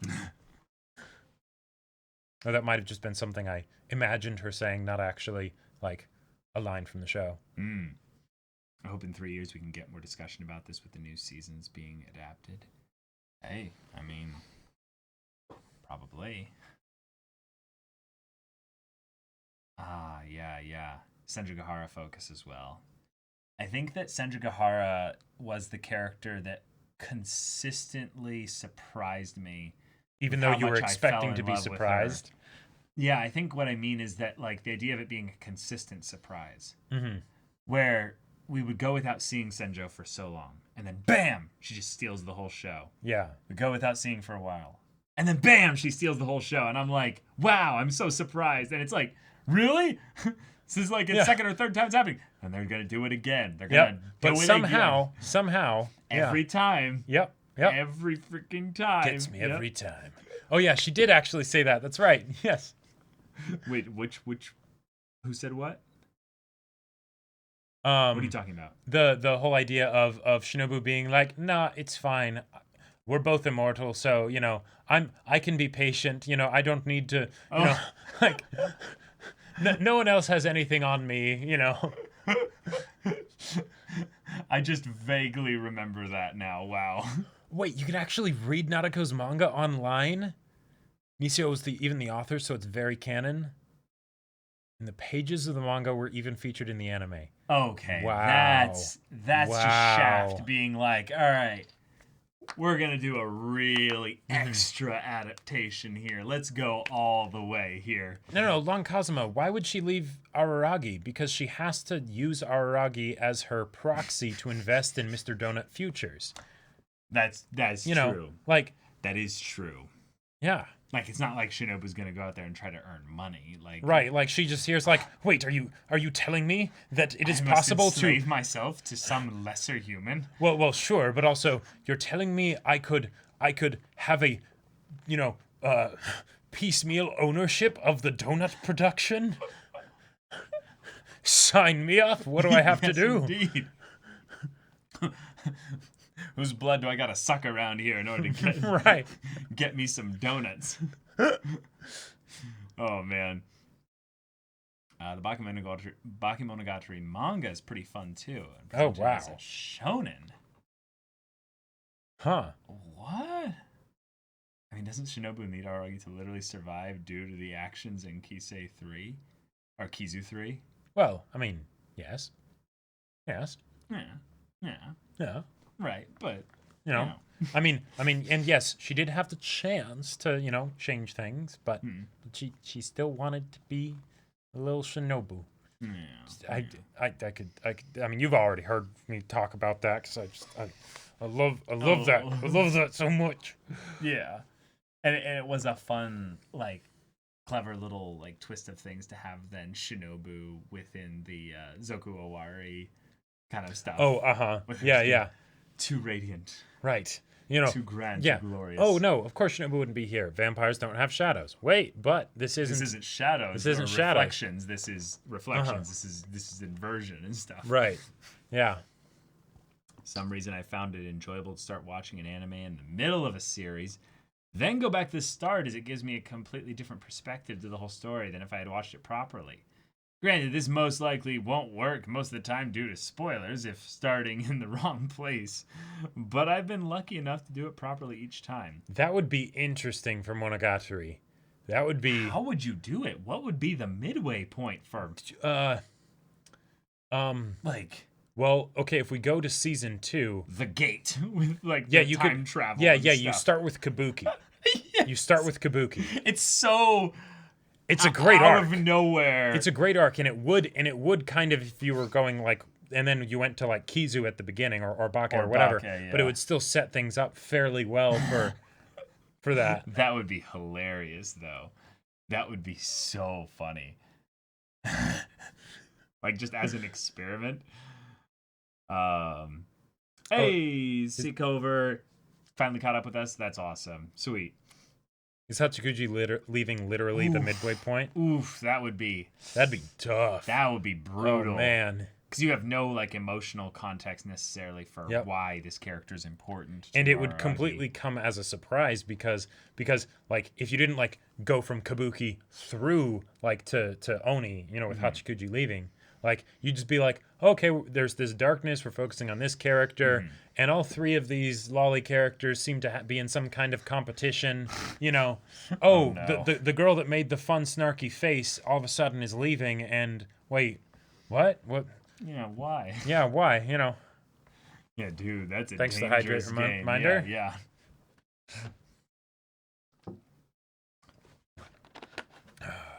Right, yeah. You wouldn't know really, sort of, or timeline, yeah. chronological order. Huh. Oh man, but I can only imagine like getting Kizu in 2016. Because when was Owari season 2 and Zoku Owari? Like, I'm guessing that was probably like, you know, pretty close to then, like 2017 or 2018. Recently, yeah, like really recently. Because if Shaft has been working on post Zoku stuff since 2018, it couldn't have been past then. Mm-hmm. So the idea that like Kizu 3 came that close to the very end of the story, like, you know, what we've got, you know, the high school journey and all that, that's crazy to me. Yeah. Zoku Owari was 2018 and Owari season 2 was 2017. Okay. 1 year. Like, that is ridiculous. That is actually insane. I think what's also kind of insane to think about Mm-hmm. is that did we like just kind of choose almost like the perfect time to have our channel exist so that we could watch Monogatari as a whole, basically? Yeah, and if that's the case, if Zoku started at the end of 2018, that would have been basically around the time when we started. And that's probably why we started, is 'cause people were like, oh, Monogatari ended, you know, all that stuff, or you know, ended, you know, and then it's the, oh, okay, all right, yeah, then there it goes. Ooh. There's no way I would wait. I would learn Japanese. Oh man. Okay, so there, I came pretty close to watching Monogatari before the channel. Yeah, I would never have watched it before because the channel. of what was it? The Class Reflections, probably. No. Really? No. Baka Opai's video. His Which one? My mind's telling me no, but my body. Oh, right. Then floating. Yeah. And then I'm floating after Hachikuji. And I was like, I had no idea what that was from, though. Yeah. And then I remember seeing a comment of like, okay, no, the anime at like that timestamp is actually really good. Y'all should watch it. And I was like, oh, what is it? You know, and then it's like, oh, it's, you know, Monogatari. And I was like, huh. That's amazing, though. Like, the thing that we probably at the time were just like, okay, who's this pedo? Right. Yeah. Oh man, that's wonderful.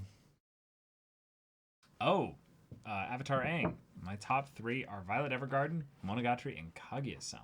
Ooh, nice. Those are some very different ones. Yeah, very cool. Very cool. Wanted to recommend you guys to watch Ergo Proxy, but on your free time, not as reaction, since it has the potential to be either something you guys will like a lot or be bored with. Gotcha. Okay. So help me out here. There's Ergo Proxy. Ergo Proxy and Technolize. Those are the two that I always get like taken in a package. Yes, exactly. But then there's the other one which is the one that's like the one that I watch really most legendary. of. Yeah, it's Serial Experiments Lane. Serial Experiments Lane. Yeah. That's right. Yeah. Yeah. All shows that I want to watch at some point, but they are forever losers in the poll. I remember seeing the clip of Araragi when he kissed Shinobu on YouTube and thought this is messed up and completely dismissed it. Which part does he kiss Shinobu at again? I can't remember. Yeah. All 3 are different takes on Cyberpunk. Oh, yes. I believe it. Yes. I believe it based on what I've heard. That is the general, like, how they were categorized in my mind of, like, yes, I believe they're all kind of that was in Oni. that vein. Gotcha. Oni, okay. Yeah. Shinobu time. Leave it to Monogatari to be like, Shinobu time. No, it's actually about Hachikuji. Hachikuji, you know, like, time. No. It's actually about Shinobu. Shinobu. Yeah. Send Druga Hard Time. It's actually about Kaiki. It's like, Right. oh, yeah. Yeah. About Nadeko. Right. Right. It's amazing what a small bit of context can change, isn't it? Speaking of which, if you miss said context or you look at it wrong, it derails any possibility of reading a scene correctly. Yeah, like and I think, and again, constantly bringing up Shinobu, but the bath scene in Nisei, that was one of the ones that really surprised me, probably because it was early on in the series, but Yeah. it was because again, one of the general impressions that I got about Monogatari just before watching it was that it was fan servicey, right? Right. So when we got to that scene, there was this part of me that was like in my head, like, hold on, is this is this is fan servicey, and I and I feel like I shouldn't like it because Shinobu, right? But at the same I shouldn't like things or what have you. That's all. But at the same time, it was like it even though with the way that it was drawn, it's a bath scene and all that, but it totally felt innocent, like. Yeah. Yeah, exactly. There's 3 anime that are considered a trilogy of some sort: Serial Experiments, Lane, Technolize, and Habane Renmei. Oh, I don't think I've heard of Habane Renmei. I know of that one. Yeah. Okay. I have to recommend Zaragoto for your free time, since it will never win a poll, and it's only 8 episodes done by Shaft, of course, written by Isao Isin. Okay. Cool. Okay. Kaiji. Yeah. We've put Kaiji on a poll, guys, once, and it did fairly well. So, when it makes sense to put it on a poll again, it'll get put on a poll again. If you guys reacted with the discussions of Lane, would be really interesting. I think that's just one of those shows where it's like it's half blind. Right. Because Jacob has watched like 4 or 5 episodes of it. Yeah, I think it was more than that. I think it was like 6 or 7. But it was something where like it was one of those things where I totally wasn't watching it at the right time. Like I was watching it like late at night, where like I think I might have fallen asleep at parts during the thing just because it was like way too late and I was actually lying in bed with my laptop watching it. So like, drowsy and like watching it. Like... yeah. And then, oh, wait, I was watching this. Yeah. Oh, no. So, yeah. Keijo on polls when. There we go. There we go. The actual half-blind you've all been waiting for. And Jacob can tell me all about the gates of Booty Lawn or something of whatever it is a thing. It's a thing. Of course it is, yep. One of the things I dislike about a bit of Monogatari is that Hanakawa took way too many L's. Yeah, I feel that. Like, yeah, because it's one of those things where Nisio does such a good job of making the characters be like your favorite character when he gives them focus that, like... Isn't the whole allegory, though, with Hanakawa, that a lot of this is of her own making, though? Maybe, and she definitely had a happy ending for her, like, for her growth as a person. Right. Even if it's not the things that she wanted. Right, but isn't that kind of the thing, though, is that, like, while not everything was her fault necessarily, but, like, a lot of the things that happened could have been avoided if she had done, like, certain things, like... Well, yeah, that, like, oh, man, as far as the reasons why Aragi and Hanakawa didn't end up together, right? Like that, because that was once we were going into Kizu, right, after Bake, like, and I'm thinking, okay, this is fantastic and I love it, but all the times that they had these wonderful scenes with Hanakawa where I'm like, yes, end up together, but that I'm knowing that's not gonna happen, right? Like, so I was totally like, conflicted inside, and yet when it got to that final scene in the locker, the equipment locker room, right? And Hanakawa was there. It's like, yes, this totally sums up why they're so great for each other and why they can't work out, right? Because of the differences in how they do things and how their little quirks and eccentricities don't complement each other. Like okay. Aragi, Araragi couldn't bear to actually do the deed and go through with it, right? And Hanekawa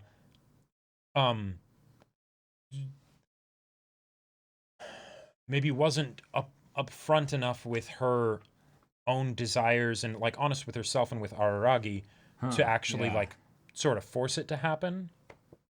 Whoa, there's no way, Sal. What? Few years ago, I remember seeing some stats regarding Blu-ray sales in Japan, and Bakemonogatari was #1 of all time. No, I've heard that too. Yeah. That is crazy. Yep. The No waifu wonder power they are is strong. constantly like Yep. more adaptations and stuff like that. Is that it doesn't matter really how big it is, like streaming or stuff like that. It's them Blu-ray sales. Yep. That's Those what are I heard. guaranteed physical media. We can bank it. I heard that it was basically like off of the tidal wave that was Bake. It was the one, all of the rest of Monogatari and all that stuff, but then also Madoka Magica. And Madoka Magica went through like intervals where like it was like remastered and things like that. So yes, because it had a lot of yeah, and a lot of lackluster things in the earliest release. right, as far as like just the visuals and things like that. Yep. So yeah, exactly. I remember Haruhi was #1 in 2009 too, Fate Zero in 2011. That makes a lot of sense. Yeah. Yeah, that definitely makes sense. That was a huge craze, hype kind of time in general, to the point where like I was still like feeling the after effects of it years after it had begun, when I became basically an anime fan, Yeah. which was 2009, because Haruhi was what, 2006, 2007? I believe 2006. Yeah, for the first season. So then that would have been like over the 6 months, it probably exploded in popularity, right? Oh yeah, like well, it was already stupid popular even before the anime. But it would have gotten like triple that popularity or something. But something like, ridiculous. But like the reason why they ended up doing and this is Haruhi, not Monogatari, so I'll keep it quick. But the reason why they did the episodes for for Haruhi out of order was because they just assumed that basically everyone's read the light novels, so we might as well make things a little bit more interesting. Gotcha. Okay. But yeah, then with the idea of that being a thing that was also the case with the Monogatari releases, that's rather interesting. Like, just the Blu-rays out there having a lot of just extra stuff added in post. Like, I'm wondering, like, was there anything about the stuff that we experienced that was, like, made better in a specific way because of that post-released work? I wouldn't be surprised. Because that's essentially what we experienced, I believe. With Madoka Magica? No, for Monogatari. Oh. Wasn't that basically the sources that everyone was giving us? Maybe. I'd have to ask Daiki. I can't remember. But yeah. I'm sure most of them from Discord at the very least know. Okay, so I guess Shaft just tends to do that post-release work for Blu-ray. Okay. 2009 re-airing got the correct order, along with the infamous Endless 8. Oh, yes. Yep. Mm-hmm.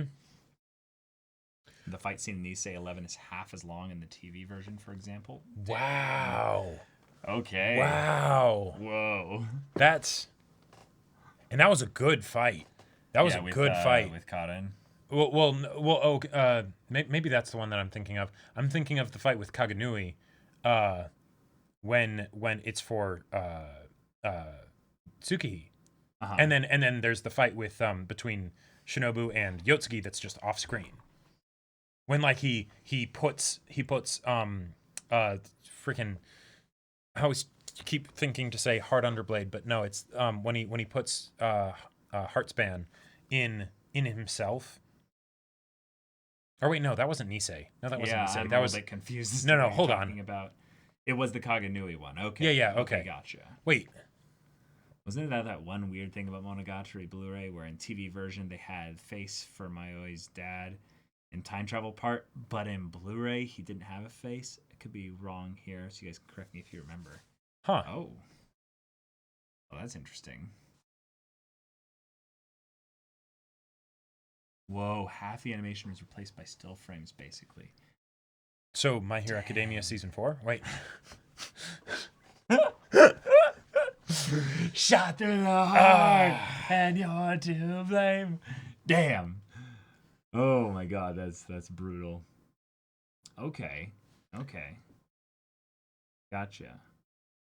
Yeah, well that's kind of a cool thing to note because there's been a bunch of anime more recently where we've had basically the hey, here's this special source here through the Blu-rays and stuff. There's so many things that are made better because of the Blu-ray fixes and stuff. To where I'm almost like, dang, I kind of want to only watch kind of these types of anime then like a year after they've been out already or something so that the Blu-ray will have already, fixed those kinds of things. Yeah. Because that was what JoJo Part 4 had a lot of. Oh, really? Yeah, JoJo Part 4 was basically the I believe it was one of the biggest like fixes in the JoJo anime parts where it was like, holy crap, the difference between the Blu-ray and the original was like night and day. So much. But yeah, sorry, this is not Monogatari related. Avatar Aang, that is, we are aware and terrified of how many sequels there are to shows we love. Yeah, I would say don't assume anything right now. We're trying to figure out how we're going to handle that. Yeah. Yeah. Yeah, right now, we're watching ReZero and Attack on Titan. Exactly. That's what we're focusing on right now. Yeah.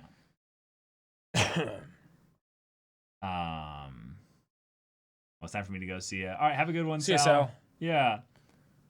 And now go listen to A Courage to Tell a Lie in SOS Pro shows. Yeah, definitely will. Thank you. Lots of memes with Kira and Shinobu weird faces. Oh. Even the BD couldn't fully fix some errors.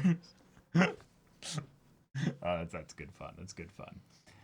Okay. Well, guys, we can be wrapping things up here in a few minutes. Anything else that you want to bring up of like favorite, like personal favorite bits that we might not have picked up on, or like, extra insight, or specific moments go into in depth and discuss, stuff like that. Yeah. Reference to the fact that we're more prospective parental figures throughout the show. There holds for his parents for cursing him with a sense of justice. Oh. Gotcha. I like it. Kind of unrelated. I enjoy listening to covers of Monogatari songs, especially Platinum Disco. Platinum Disco is a good one. Like, yeah. That is one of the, I feel like, a bit more underrated of the Monogatari OPs. Like, I don't know. If you were to think of, like, favorite Monogatari OPs, Caleb. Because the main one that comes to mind for me is Shiro's OP. I feel like that one is just... That one's really good. Really solid, really ties into Hanakawa's, like, arcs and stuff. There's an Owari one that's really good. I think it's the Ogi Owari one. Oh, yeah. Yeah, that one was fantastic. One of my favorites. But I have Neko to go back. Kuro I have to go back and check them all. Really, I just encourage you to watch the audio commentaries and report back with impressions. Okay. Who's involved in those audio commentaries? Is it just the studio people and stuff? Kaiki's death messed me up. Oh, Kaiki, yeah. Man. Yeah, that was really good. And then he comes back, but it really made sense for him to die there. There was the whole thing of the you could die, Kaiki. Like it was the blind, double blind, triple blind. Like we get you, and then we trick you, and then we trick you again, and then we trick you again. Like, they're in characters and written by Nisio. Wait. Well, I get that they're the characters, like, because oftentimes the characters are the ones singing them, and they definitely... These are audio commentaries. Oh. This is what Sage just talking about. Yeah. I see. Oh, dang, okay. It's the violin acoustic guitar one. Also, hers telling the story. How could he be dead? So the Kuro. the Kuro OP. Okay. Oh, okay. Gotcha. Maybe that's the one I was thinking of then, because I'll have to go back and check both the Kuro and Shiro OPs, because, All right. Okay. We ever do a tier list of the OPs or something like that? We've debated it. We've debated talking about all kinds of like adjacent Monogatari, like kind of content stuff like that. An OP kind of recollection reaction of stuff like that, where we go back and kind of give a little bit of context discussion about like, oh, now we finished the show or something like that, or like a best girl thing, or something like that. Long Kazuma. That is. I don't know. I think that is my favorite song from Monogatari, other than maybe the one at the end of episode 12 of Bake. After the fight. Well, right, but the end of the end credits for Kizu 3. That was so good. Yeah, that was really good. Like I still listen to that one on repeat. Like, and it's a long song too. There's a YouTube channel called Dio that's currently uploading a lot of the audio commentary tracks separately for you to listen and sync to. Oh. Interesting. Et toi. Right. Yes. Yeah, that's the name. Yeah. Yeah, it was just it was so good. It's so good. I like sometimes I just show that to people, like just to be like, hey, you don't know this show. Yeah. Listen to this song. Well, just listen to it. Just listen to this song. Time. You know.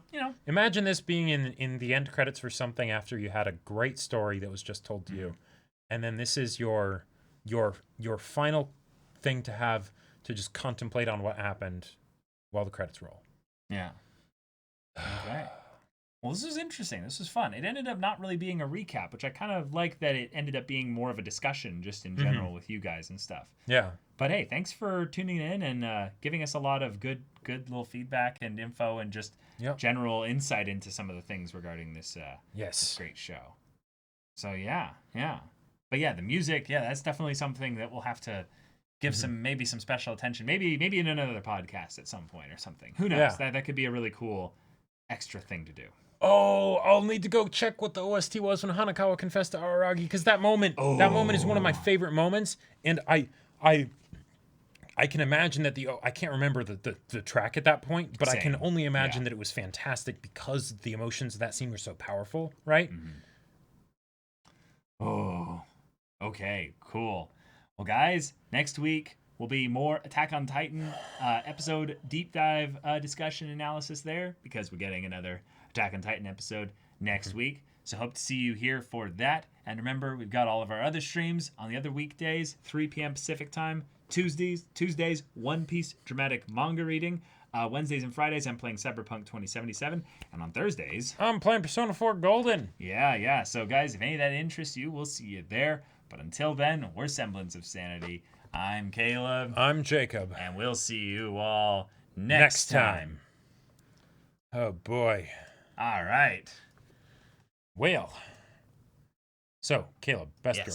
Best girl? Best girl. Well, serious talk. Like, serious talk. Yeah. It's Hachikuji. That never changed. Okay. Yeah. All right.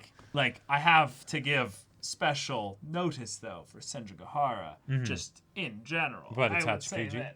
I would say that Senjugahara has moments that could crest above Hachikuji if I was willing to be less biased, just in general.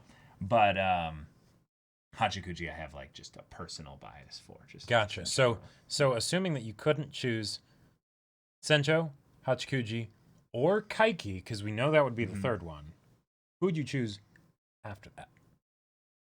Either Shinobu or Suruga. Yeah. Okay. How about you? Oh,